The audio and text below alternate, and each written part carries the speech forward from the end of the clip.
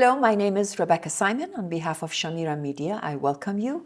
We're coming to you from the Assyrian National Convention in Anaheim, California, year 2023. It's the 90th year that we're celebrating the convention, we're attending it. Our guest today is an artist, Maria Nissan. Maria is an Assyrian environmental artist, which is a very unique form of art that she is doing.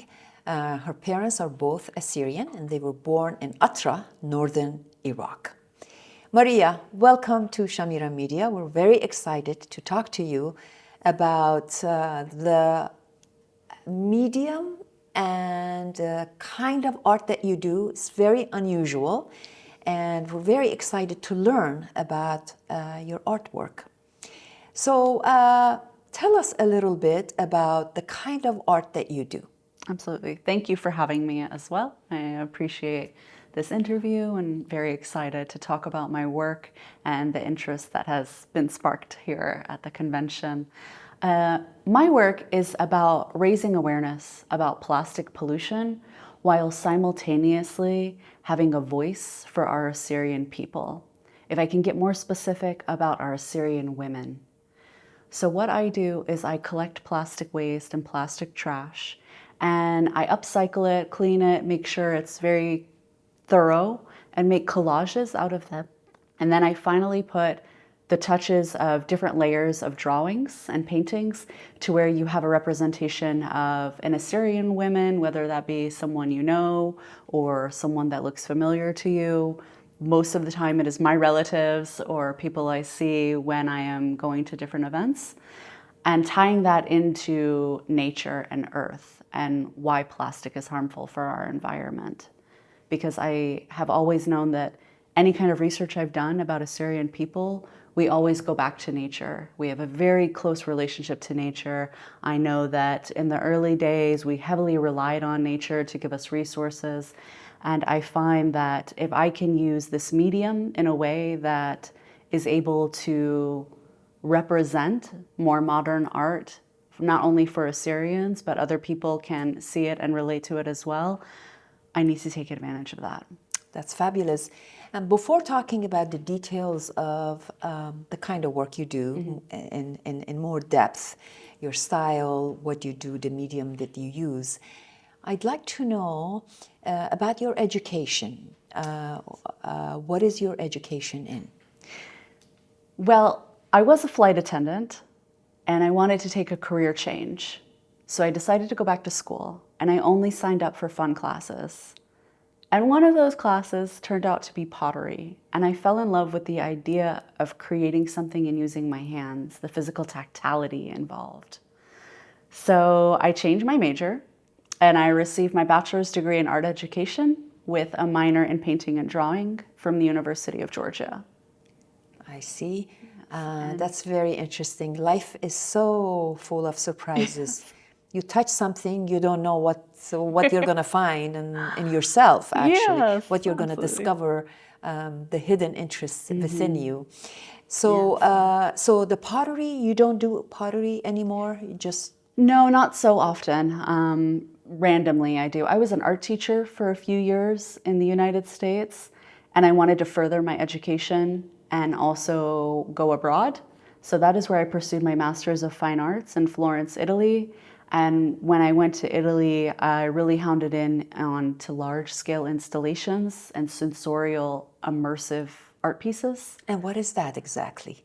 Well, it's when you walk into a space and it's not just a visual component. I incorporated scent into my art pieces. So you would walk into a room, and a lot of my work during my master's program was about cultural identity. And I really wanted to understand my background because Italians were so adamant about their rich history and their culture. And I was starting to question, who am I? What does it mean to be an Assyrian? So I started asking my parents questions, and I really had this feeling of being homesick. So I made these large installations about our people, specifically about the scent of our people. So I created these large pieces. Some of them were made out of spices that we use in our homes. So kebab spices, we have different kinds of chili spices, curry, all kind. You would walk into my studio and you would just be hit with the smell before you're hit with the sight. That is absolutely incredible. Thank you. Give me an idea of a piece of work that you did using spices.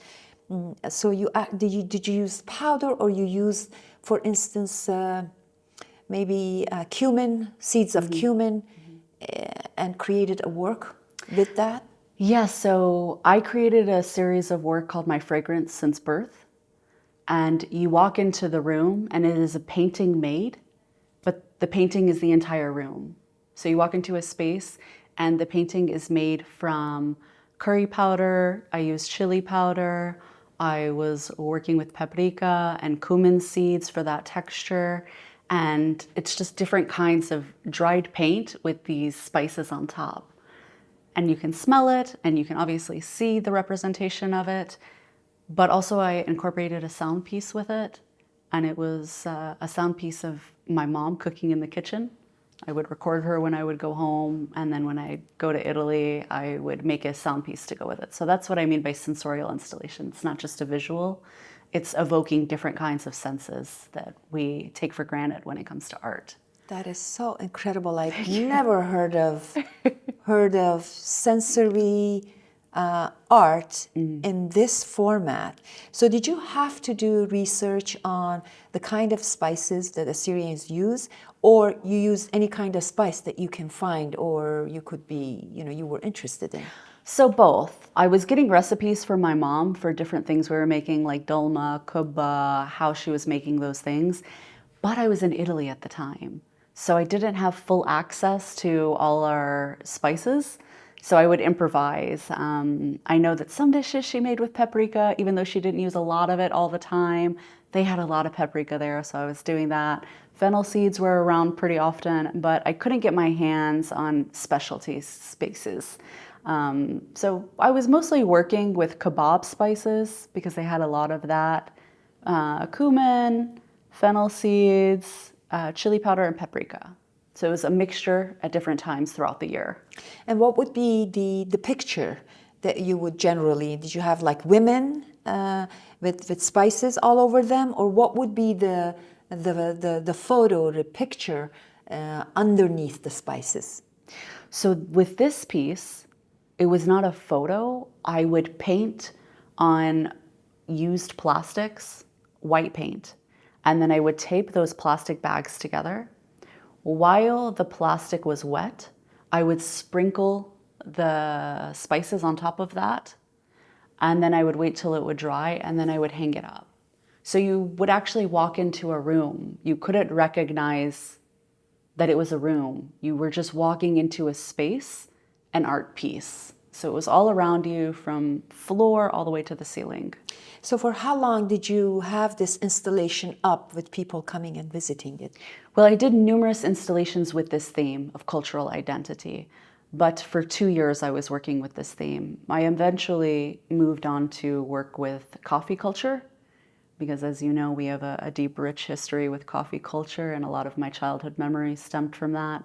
So it started with spices, and then by the end of the 2 years, it moved on to coffee. And with that, I was collecting coffee filters and then doing performance art inside the space where I'm making a cup of coffee. And I know other Middle Eastern countries do this, but my family and our families would, flip the cup and you do the reading inside. So I did performance art doing this work within the space. You performed yourself? Mm-hmm. Yeah, so with that, I did some research trying to understand the symbols within the coffee and what they mean. But again, I had to improvise because I was in Italy, so they have their own Italian coffee culture. And what were your instructors and your classmates' comments about the form of art that you were performing and drawing and painting and all of that? Most of the comments were about the scent, because you have to understand I would work on these projects for months. So they would come into a hallway and I the scent, I can't keep it contained in one room, so it would Yes. just make the school That was smell the like idea, it. not to keep it contained, right? Yeah, so it's great during the gallery exhibition and performances, but on a typical day, it's not fun to walk at 8 a.m. into the room. So they actually moved my studio to somewhere else to where the scent wouldn't be so intense and I would be by windows. But apart from that, everyone was really interested in it. It was a really good opportunity for me to speak about my Assyrian heritage and carry that type of home with me abroad, which started my journey onto Assyrian art moving forward.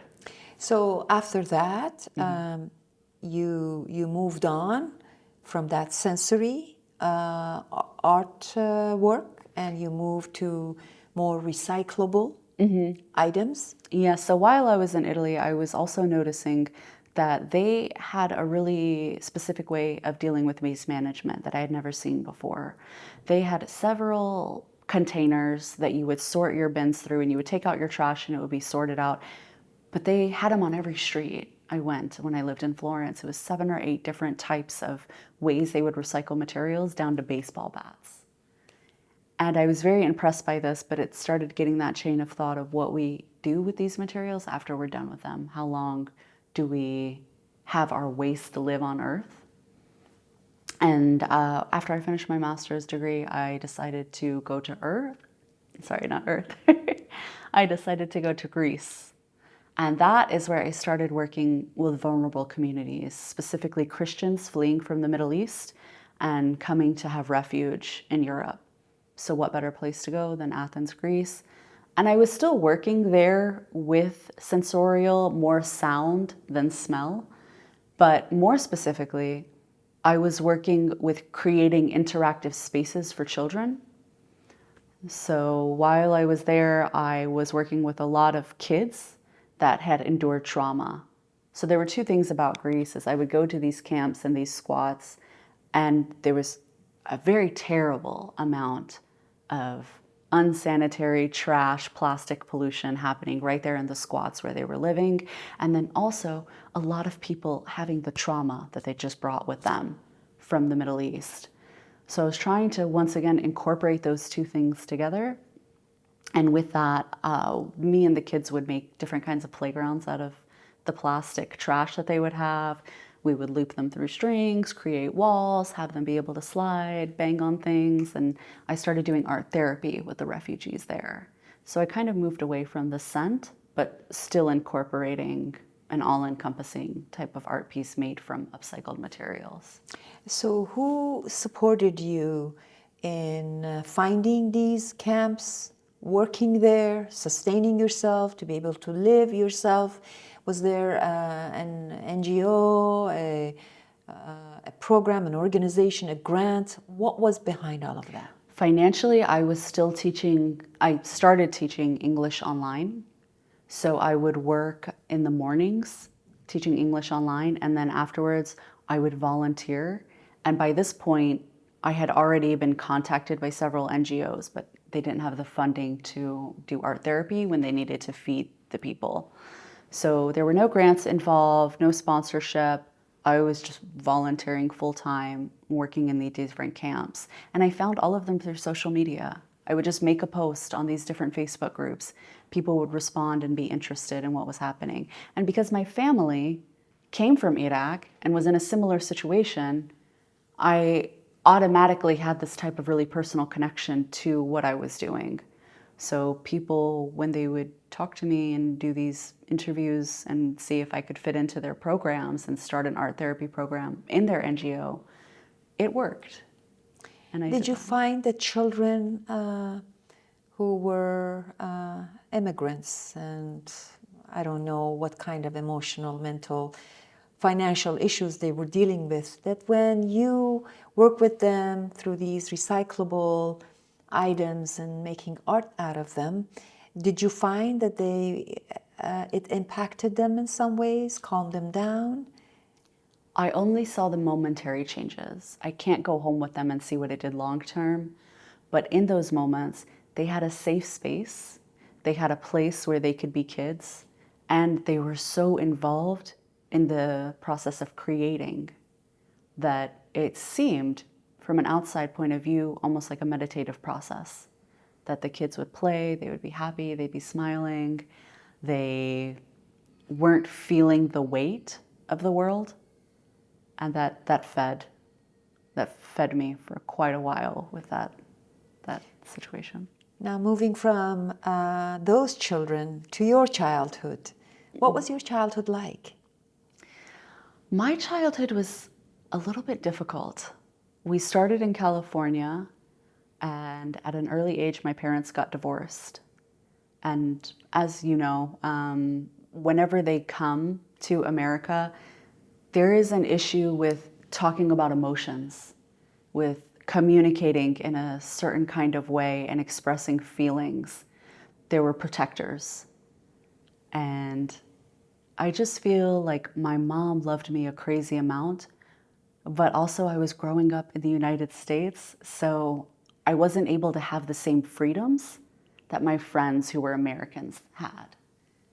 I feel like there was an attachment, which I now appreciate as an adult, but they were bringing the Assyrian part into the American culture. So we're actually called third culture kids. We're the first generation born in a generation that our parents didn't belong to, a culture that our parents didn't belong to. So I never felt like I fit in very well. And as a kid, I didn't want to speak Assyrian. I was embarrassed by our culture.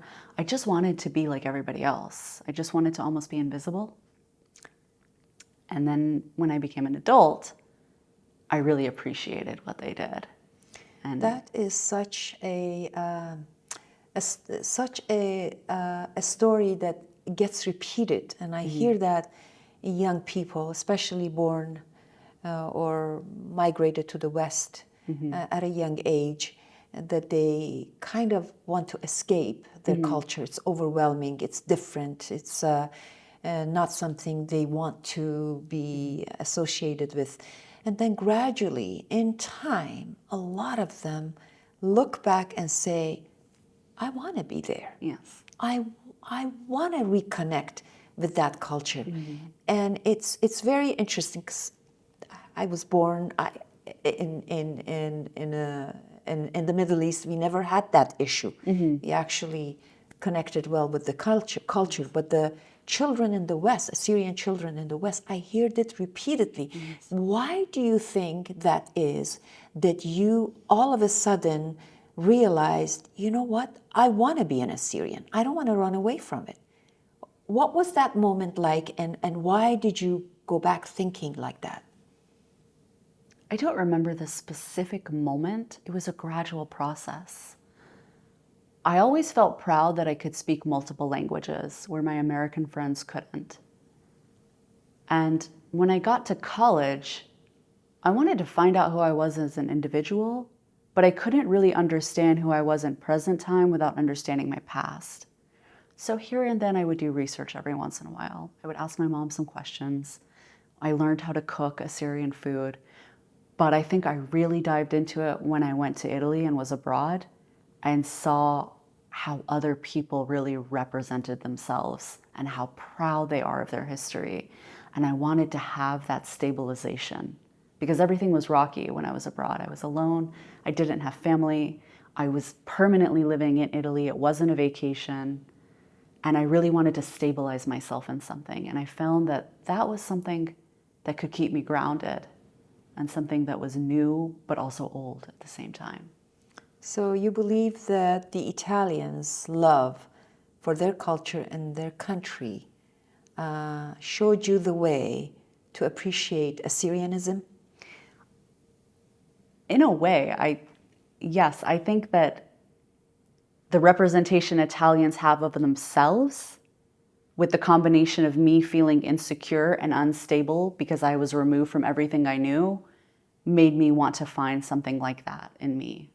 And I didn't feel like the American culture served me anymore once I went abroad. Do you think that the challenging childhood that you have, whatever pain you must have felt, I mean, divorce is not easy on children, but there are also other things, even in a whole family with both parents together, things happen to a child who may affect them. But do you think those challenging times have impacted you in being a passionate and compassionate artist? Absolutely. Because I witnessed firsthand what those types of challenges can do to people, and to know that I can be part of the therapeutic process of that is really something. So through your art, you felt that your art also was therapeutic to you, and then you gave that to other children who needed it. So you gave back. Yes, to exactly. other Once I kids. found out I could do it, I figured out, let me see how I could work that in with other people. Because also my first degree was art education, so I was already working with kids for years, but I didn't understand how to include the therapy part to it. Now, why recyclables? Yes, so when I was in Greece and I started noticing all the plastic trash, I questioned what happens to plastic after we use it, specifically plastic. And the more research I did about plastic waste, the more astounded and astonished I was about how this material we use for such a short period of time will live on our planet and affect our entire ecosystem. And that thought was just like it never ended. I never got to, oh, okay, well, it's not that bad because this happens. I just kept getting more and more horrible information the more research I did. And I went to Jordan. I wanted to get closer to the Middle East. I wasn't ready to go to Iraq yet. I was still a little bit scared because of all the things that we had heard. And when I went to Jordan, two things really popped out was people didn't know who Assyrians were, and they had more trash than I had ever seen in my entire life, everywhere I went. They even had a slogan called, the mascot of Jordan is the flying bird, and the flying bird is a plastic bag in the air. Oh, wow. And seeing that much waste in these natural, beautiful settings that I would be in, it hurt my heart. And I knew that I needed to go with that feeling. I needed to continue the work and professionalize it. So during my 4 years in Jordan, I spent a lot of time giving workshops to kids about upcycling, because it's going to harm the younger generation, also my generation, but it hasn't been around long enough for us to know what happens when I become older. But really doing these workshops with kids, trying to give them an outlet, trying to give them an understanding of there is a solution, and if you can't find a solution, let's make art from it, because that will be therapeutic for you as well. So your main goal was attention to what you believe to be plastic not being a part of the earth and just mixing with the earth, but staying as an extra, perhaps pollutant, in your opinion, to the earth. Your art includes all kinds of plastics, or just the flying birds, as the Jordanians call it?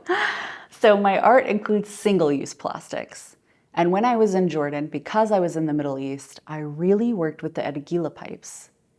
Oh, what is that? When we smoke shisha, the pipe from the shisha that you smoke from, because they had a lot of Edagila shops, so a lot of shisha shops all over Jordan. And I noticed that everybody was using these plastic pipes to smoke from. And I would talk to the cafe owners what they do with these plastic pipes after it was done.